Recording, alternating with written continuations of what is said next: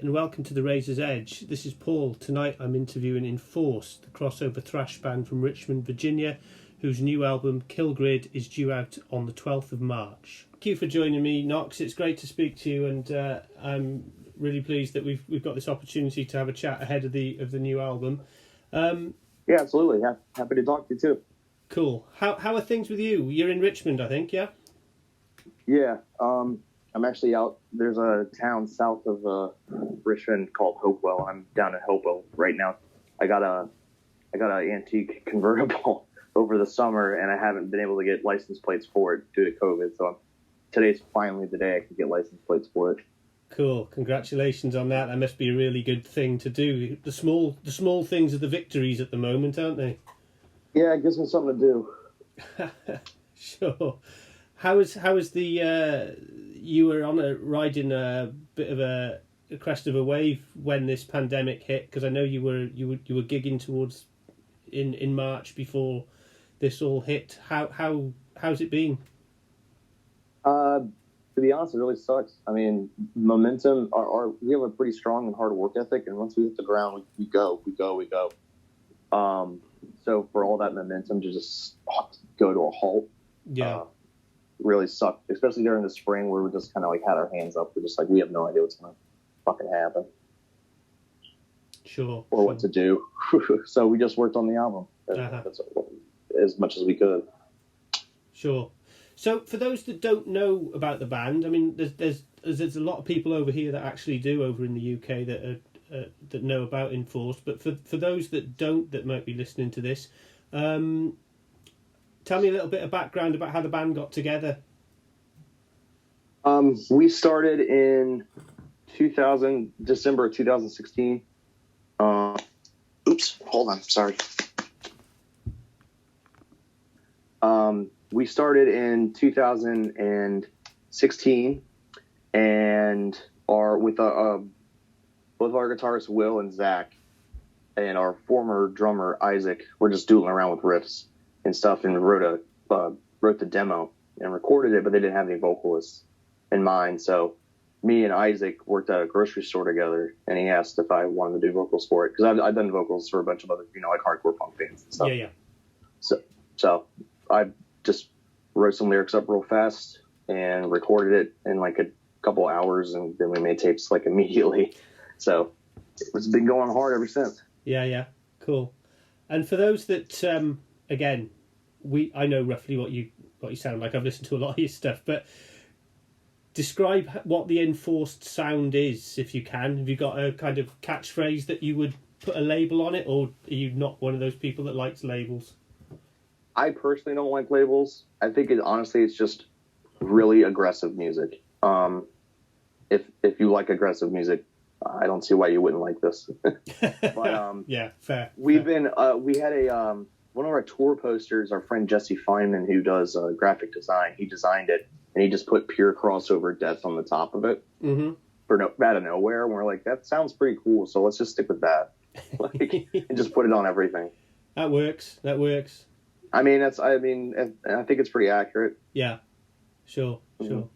So when you started out, you released a couple of demos relatively quickly that got quite a lot of attention, and then obviously you built on that very quickly with At the Walls, which got really good responses when it came out in 2019. Was that, I mean, it's always difficult when you ask someone, were you expecting that reaction? But obviously there was a groundswell of people getting excited about the band. What was the reaction like for you guys in the band? How did you feel about it? It's kind of similar to how Kill Grid has kind of fallen into place. It's really humbling, and that people from all over really connect to it and stuff. That's an incredible feeling, and especially with At the Walls, we didn't think it was going to be terribly successful because it's just a collection of the demos plus 2 songs. But we were just constantly selling out of tapes all the time, and we were making those ourselves. Yeah. So it's like, it would be nice to have like a solid release that people can get whenever. Yeah. And thankfully War Records was super down to do it. Sure. So it's been a that really picked up the pace for us. I think that was a smart move.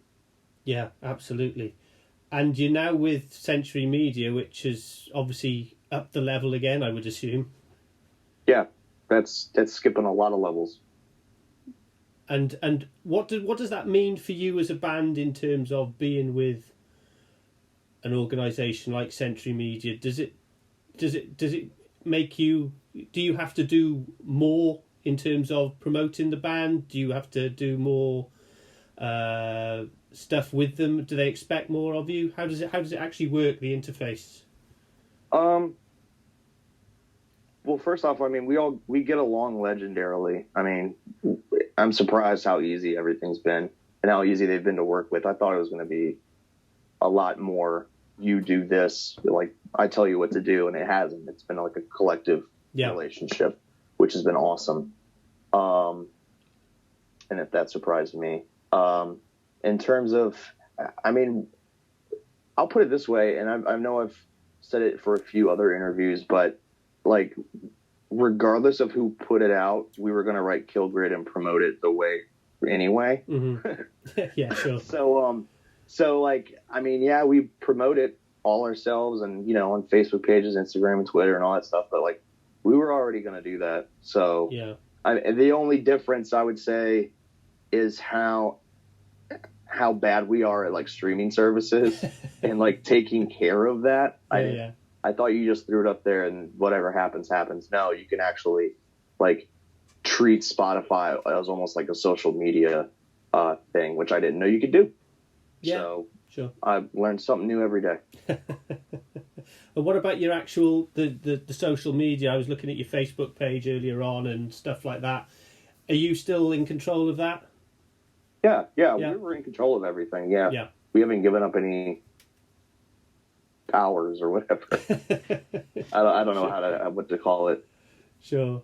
Okay, great. So you've got Kill Grid coming out in a month, as I said, and you released Hemorrhage before Christmas. Mm-hmm.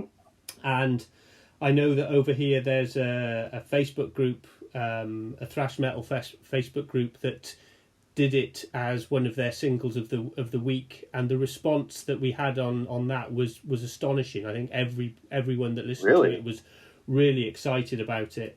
I'm assuming that you had similar responses across your social media streams from it, because it's a banger. Oh, I'll put it this way. Since before Hemorrhage, we usually kind of hung around, 35,000 listens a month or something like that. Yeah. Just kind of ebbed and flowed, but usually around that area. Mm-hmm. Since Hemorrhage and Malignance has come out, it's, 23,000. So it just spiked. Yeah. I was like, oh shit. Like. And what single are you releasing tomorrow? Curtain Fire. Right. Okay. Yep. I'm familiar with that. Another one that will melt a few faces. So excellent. Yeah, I really like that song. It's very catchy, so I think people will dig it. And it sounds completely different than the other one. Yeah. And I was listening to the album today and thinking, you get to the middle of the album and you get to the title track, and all of a sudden it doubles in length from what you normally kind of write. Mm-hmm. Most of your songs, obviously on At the Walls, it was a lot of the songs were like 2 and 3 minutes, and Kill Grid is 7 minutes, I think, isn't it?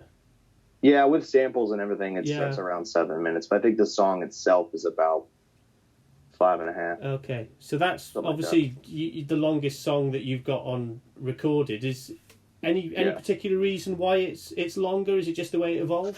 It's just the way it was written. I know when we finished writing it and we were just kind of practicing with it and stuff, we clocked it and we're just like, we wrote like a 6-minute song. Like, it doesn't feel like 6 minutes to me, because if I looked at a song that was 6 or 7 minutes, I'm like, man, it's going to be a fucking slog. Yeah. But it's not. It clips right on by. Yeah, sure. And from what I've read, because obviously you've done interviews already, so it would be remiss of me not to read stuff, but the album was written way before, or it was written before the pandemic had arrived. So it was, the recording was the challenge, was it? No, not even that. I mean, the whole album was pretty much written. I think we just changed some tempos and stuff. Yeah. When we got back from tour, and I wrote the lyrics on tour and like the first part of February, and then we just got to do it. Mm-hmm. The first day of lockdown was the day that we recorded drums, so technically we weren't supposed to do that. Yeah. But Sure. And then it just took long. Just the only thing that really affected us is that it just took longer to get people into the studio Mm-hmm. to record their parts and stuff. So I mean, if pandemic aside, if there was no pandemic, we probably would have been able to do it in maybe a week or so. Yeah. But it took about a month and some change. Sure. Just because people were just either not leaving or couldn't get in the studio or just scheduling or whatever. Yeah, sure. I So know. it just took a little bit longer. Yeah, every band I've spoken to in the last year has had to be quite creative about getting to the studio and doing various things to get round all different kinds of restrictions and stuff. The release date, is that the release date that you planned? Have you pushed the album back at all, or is it on schedule? Oh, yeah. Yeah? Oh, yeah. It was originally supposed to be out, I think, in July or August Oh, wow. of Okay. last year. Yeah. I mean, by the time we recorded it and got everything set up, ready to go, I mean, we were done in April. No. Yeah. Like early April. Yeah. Like first week of April. Christ. Okay. So, I mean, if we sent all that off, we're quicker about, getting album art and stuff and, getting the pressing done. Yeah. Then it would have been out probably in August or September, actually. Sure. So, and then that got pushed. I think it got pushed all the way back because they didn't want to put it out in fall. It would have been too late, I guess. So they wanted to put it out. They got pushed back to March. Sure. So, Okay. yeah. But when we got that news in like June, it's just like, your album's not coming out in 2 months. It's coming out in almost a year from now. Wow. It's like, sick. Great. So I assume during lockdown and stuff, you've probably been writing more material. So you've probably got another album ready to record already, have you? I don't know. Maybe. Yeah, we're about halfway through. Yeah, sure. Another one, but we just had to. We had to stop, just because we're gonna get so ahead of ourselves. Yeah. And we haven't. If we're writing another album, so let's say if we finish another album before we even start playing again, by the time we can actually start touring off of Kill Grid, we're gonna be so sick of it. Yeah. And we haven't even played them. So it's just like, we just have to stop practicing and just kind of like work on the actual Kill Grid release and stuff and just stop worrying about new music. Sure. Just for a little bit, because we're going to get ahead of ourselves. Mm-hmm. And then just get sick of everything. Yeah, absolutely. And so, yeah, I don't want that. No. And normal circumstances, I'm assuming that you would, with an album release, you'd be hitting the road or you'd be doing some shows to promote it. And doing that. Immediately. Yeah. So yeah, if there was no pandemic, we would probably start a tour March 12th. Yeah. And then get home in like September. I would love to do that. Oh my goodness. Yeah. So what have you got planned? Have you got anything planned for the March the 12th now? Are you doing a stream or anything? Well, we've always been kind of averse to streams, but I think we're, coming around to the idea now, because what else are you going to do? Yeah. We've made a bunch of, like, we made that Malignus music video ourselves. This Curtain Fire, by the time this comes out, Curtain Fire visualizer. Yeah. We made ourselves in a garage. Burning plastic was a very bad idea, but it looks cool. It looks cool. But you only did it once, I'm sure. Yeah.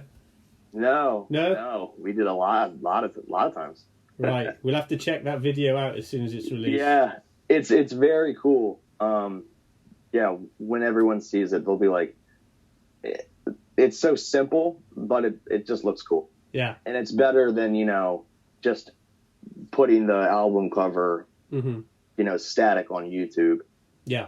as a single. You're just like, nah, we could probably make something work. Yeah. Do something cool. And then UXO is the last single that's coming out March 12th, and that has a huge, like, really big budget music video that we spent like a week filming. Oh, brilliant. Mm-hmm. It's big budget equipment. Yeah. We pay we got a really solid homie prices. So Yeah. I was shocked at how good it looks. Brilliant. And a lot of practical effects and stuff is very cool. Sure. And the Malignance video, obviously there's a bit of live action in there as well. Mm-hmm. Where was that shot? All from our all previous tours. We have this tiny little VHS camcorder. Yeah. That is like one of those tiny little cassette tapes that it records on, and whoever we're touring with, we're just kind of like, hey, I'll film you if you film me, and we'll when we get home, we'll digitize it, and we'll send you your stuff, and you can use it for whatever. So I know one of High Command's music videos, a lot of their live stuff was from what our bassist Ethan shot. Okay. During our tours. So yeah, that's from the Sacred Reich tour, that's from the High Command tour, that's from Integrity tour, that's from the last tour we did. It's Creeping Death. It was Red Death. Red Death, right? Yeah. So yeah, it's just we just had tons of footage. Yeah. And it was cool to make because it was like watching home videos. Just watching, like, oh, I remember that guy. That guy's a jerk. Like, oh man, you look funny. You look funny here. And just stupid shit. It's just fun. Yeah, sure, brilliant. And it does work. The video works really well. I think that obviously with the intensity of your music, you needed something that was really in your face for that single to really demonstrate. Because a lot of people obviously will pick it up on YouTube, and you look at the comments, and a lot of people have followed you since the demos, and a lot of people are also just getting on board with you now. So it's a really good representation of what you're about. I have to read those. I'm always kind of put my blinders up when it comes to YouTube comments. But yeah. If you say they're positive, I believe you. I'll trust you. Well, you know where I am if they're not. I was about to say, I'm going to screen cap it and send it to you. Like, look, man. Can I ask you something a little bit more sensitive? And you don't have to answer if you want. But I know that when, obviously, watching America in the last year from the UK, I mean, we've got our own problems over here, but America has had a very, very strange 2020 with everything that's going on. You as a band, were very vociferous in your support for BLM and everything, and it, like a lot of things, it kind of got the media attention. We had all the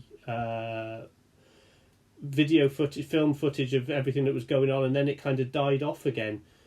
As a band that are obviously focused on social issues and stuff like that, for us over here, what's the situation now? Has it leveled out? Is there any response to it? Do you know? There's small incremental things. Yeah. Especially in Richmond. I mean, being the former capital of the Confederacy, you know, the whole idea of white supremacy is kind of abundant. Yeah. To say the least, in Richmond. So trying to just not erase it, but dismantle it, and so where it's not in your fucking face every day. Yeah. That's slowly changing.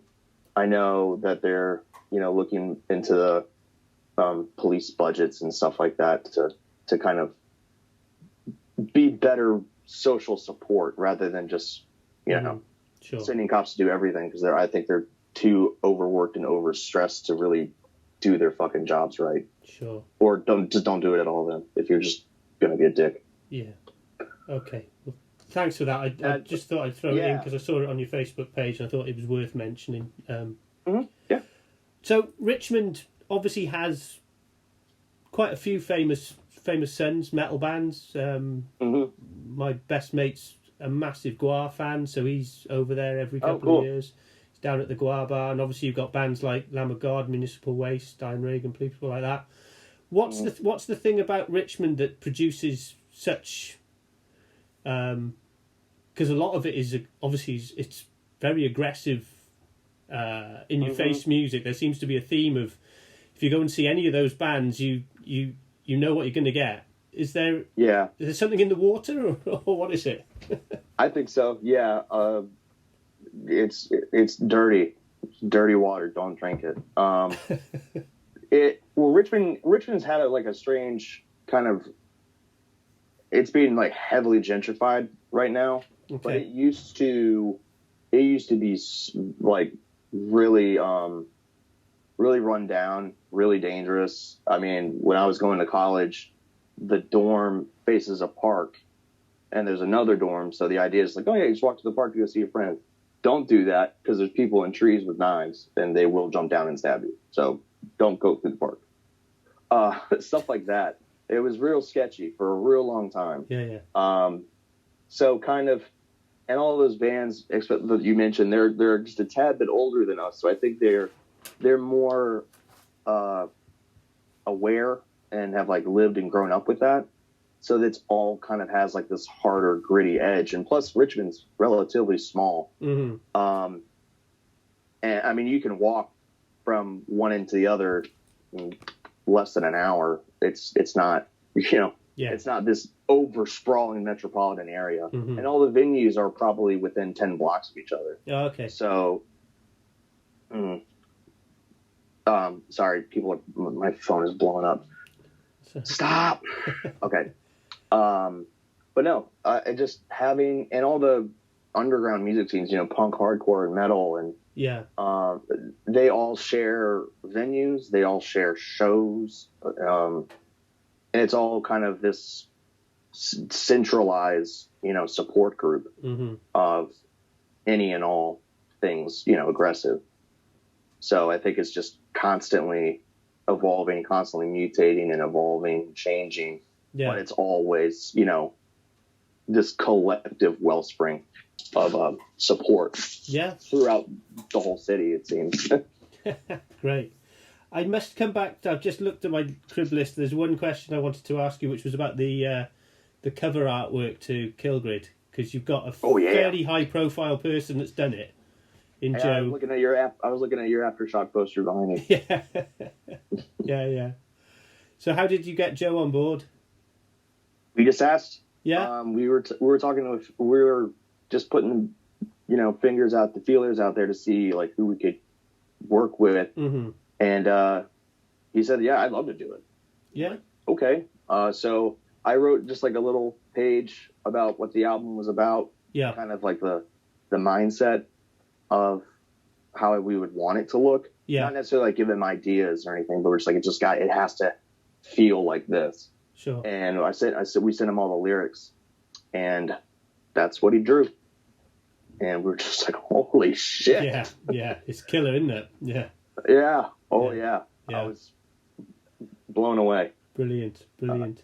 So just a final question now, Knox. Obviously, I assume that like most bands, you are itching to get back on stage, but there is no clear pathway at the moment as to where you're going. Is that right? We're trying to figure some things out, but there's nothing. It's like building a statue on sand. It's just like, I don't know if it's. We'll see. It's we got a few irons in the fire, but there's nothing really set in stone yet. Okay, mate. Great. So, 12th of March is Killgrid. That's released on Century Media, so it's available on all the usual outlets. It'll be on the streaming services, yeah? Mm-hmm. All platforms. Everything, everywhere. And everyone should buy it just for the album cover, if nothing else, yeah? If nothing else. Just buy it and frame it. Yeah. Don't even take it out of the saran wrap. I agree. No, I don't. I'm going to buy it and play it. You jerk. I can listen to it on the stream and just look at it. Terrible thing to say. I know. I wish you all the best with it, mate, and I hope that we'll keep an eye on the Facebook page and see if there is a stream. I know it's not the ideal way, but it'll be better than nothing, I'm sure. Yeah, and if we do it, it'll be sooner than later. So just keep your eyes peeled. Okay, man. Thanks for your time. All the best with it. Thank you, sir. Look after yourself. Yeah.